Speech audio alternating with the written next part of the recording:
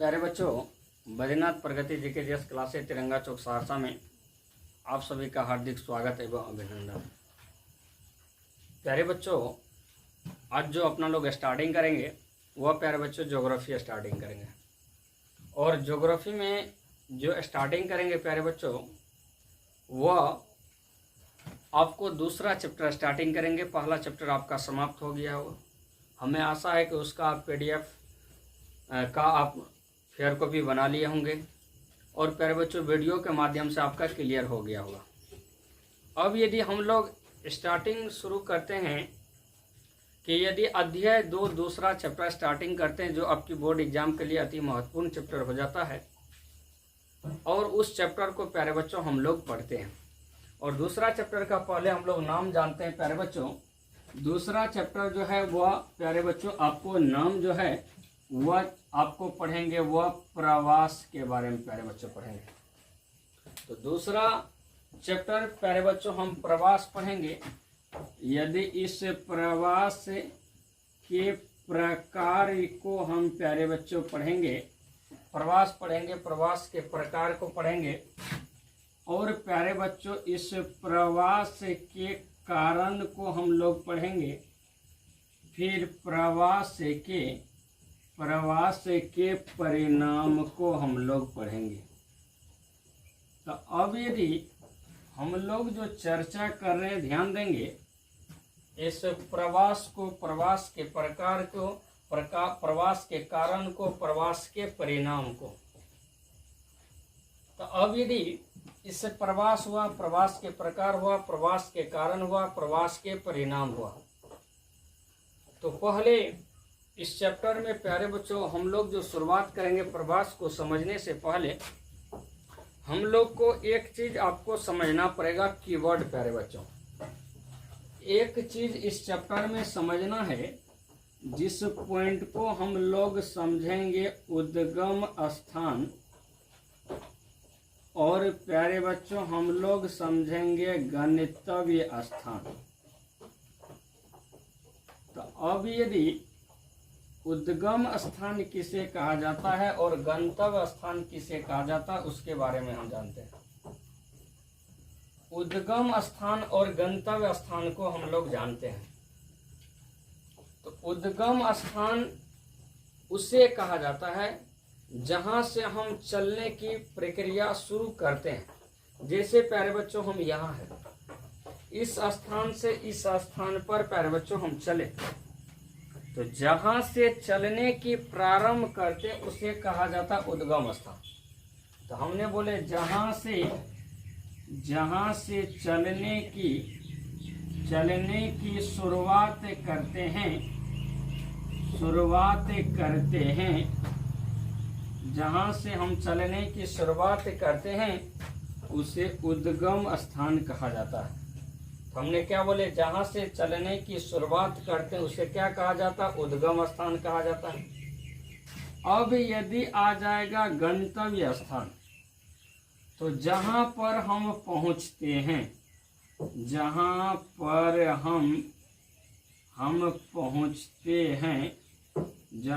हम पहुंचते हैं उसे गंतव्य स्थान कहा जाता है।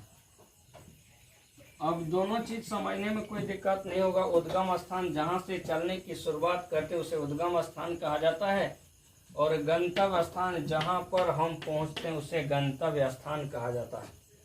तो अब एक चीज, जहां से चले, जैसे प्यारे बच्चों हम A है और यह आपको B है, जैसे यह आपको सहरसा है, जैसे यह आपको मधेपुरा है।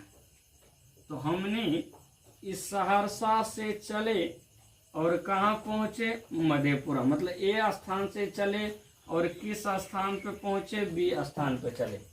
तो जहाँ से चलने की प्रारंभ करते हैं उसे उद्गम स्थान कहा जाता है, और जहाँ पर हम पहुँचते हैं उसे प्यारे बच्चों आपको यदि गंतव्य स्थान कहा जाता है। तो एक चीज, एक कमी रही प्यारे बच्चों, उद्गम स्थान पर कमी होता है और गंतव्य स्थान पर प्यारे बच्चों आपको वृद्धि होता है। क्योंकि जैसे मान के चलिए यह ए स्थान है, इस ए स्थान पर मान लीजिए ए है, बी है, सी है, डी है, ई है, यह 5 व्यक्ति है।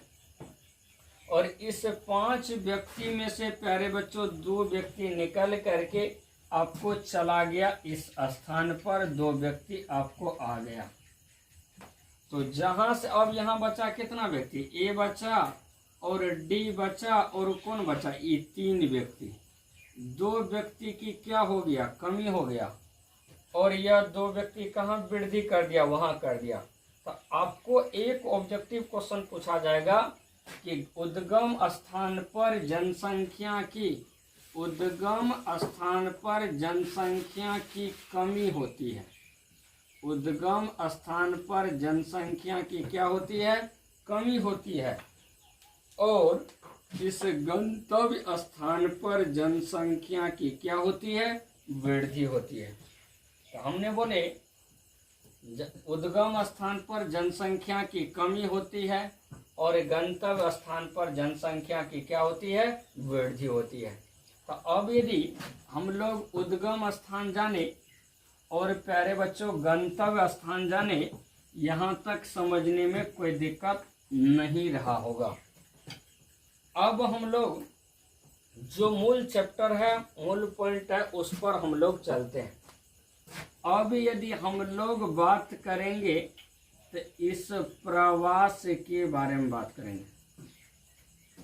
प्रवास मतलब पहले समझना है प्यारे बच्चों, प्रवास किसे कहा था। प्रवास का शाब्दिक अर्थ होता है कि कोई व्यक्ति एक स्थान से दूसरे स्थान पर जाकर बस जाना क्या कहलाता है, प्रवास। या एक स्थान से दूसरे स्थान पर जाना क्या कहलाता है, प्रवास। तो प्रवास का अर्थ, ऑब्जेक्टिव क्वेश्चन पूछेगा, प्रवास का अर्थ होता है कि एक स्थान से दूसरे स्थान पर जाना, उसे क्या कहलाता है, प्रवास कहलाता है। तो प्रवास समझने में कोई दिक्कत नहीं, एक स्थान से दूसरे स्थान पर जाना क्या कहलाता है, प्रवास कहलाता है। अब यदि यह प्रवास यदि हम समझे तो यह प्रवास 2 प्रकार का प्यारे बच्चे।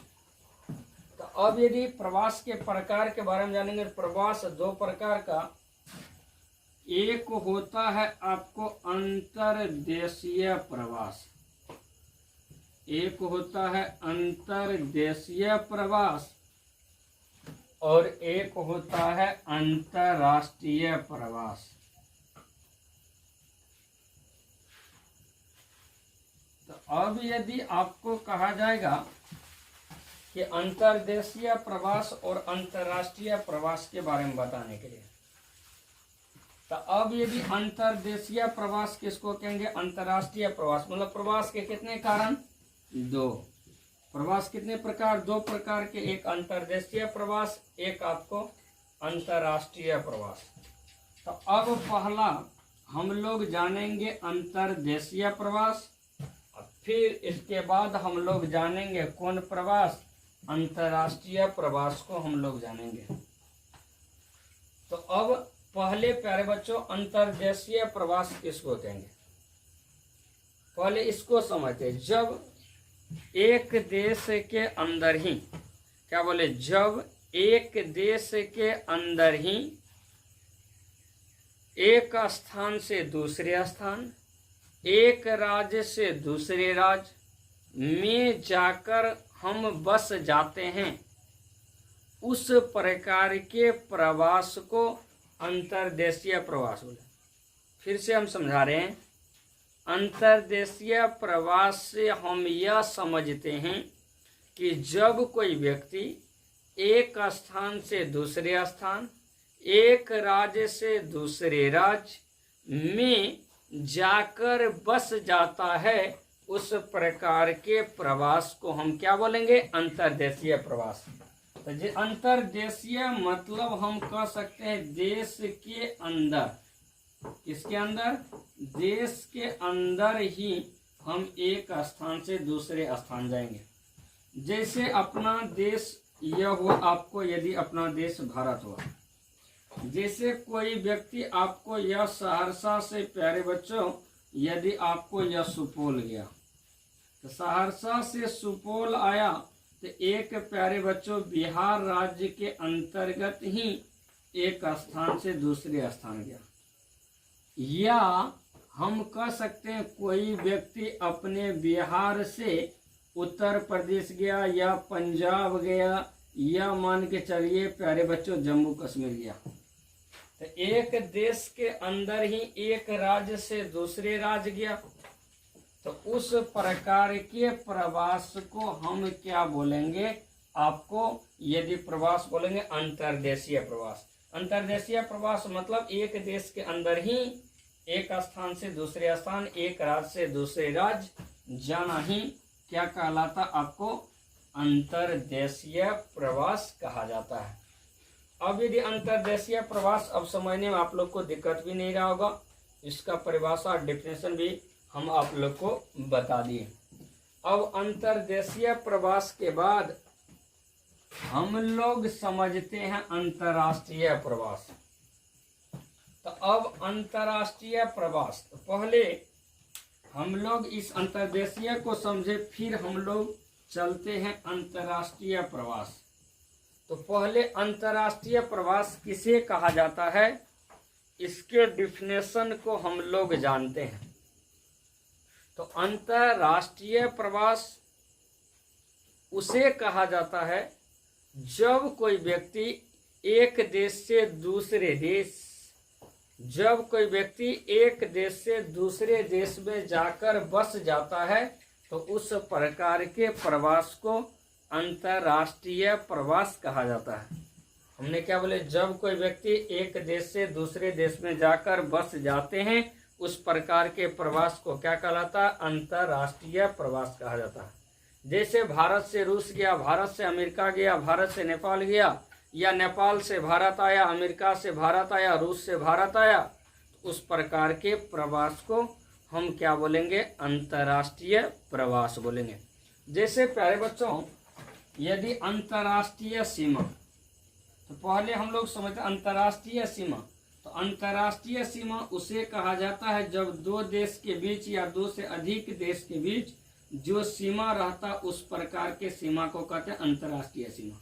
जैसे अपना यह भारत हो गया, यह प्यारे बच्चों लल्ला पाकिस्तान हो गया। तो अब यदि यह भारत हो गया या लल्ला पाकिस्तान हो गया, इस भारत और पाकिस्तान के बीच में जो सीमा है वह आपको रेड क्लिफ आपको सीमा है। तो कोई व्यक्ति भारत से जाकर पाकिस्तान में बस गया, इस प्रकार के प्रवास को हम बोलेंगे अंतर्राष्ट्रीय प्रवास। जैसे अपना भारत है, जैसे अपना चीन है, तो इस चीन देश से आकर के भारत में बस गया, तो यह भारत और चीन के बीच में जो सीमा है वह मैकमोहन सीमा है। तो मतलब एक देश से दूसरे देश में जाकर बसना ही क्या कहलाता? आपको अंतर्राष्ट्रीय प्रवास। एक क्वेश्चन याद रखिएगा, भारत और पाकिस्तान के बीच में जो सीमा है वह कौन सीमा? रेड क्लिफ सीमा। और भारत और चीन के बीच में जो रेखा है, जो सीमा है, उसका नाम क्या है? मैकमोहन रेखा। तो प्यारे बच्चों पीछे जो हम प्रवास समझे, प्रवास के प्रकार समझे, अंतर्राष्ट्रीय प्रवास, अंतर्देशीय प्रवास समझे, वह समझने में आपको दिक्कत नहीं रहा होगा। इसके बाद जो इस चैप्टर का अगला पार्ट होगा उसमें प्यारे बच्चों बचे हुए चीज़ को हम लोग पढ़ेंगे। धन्यवाद।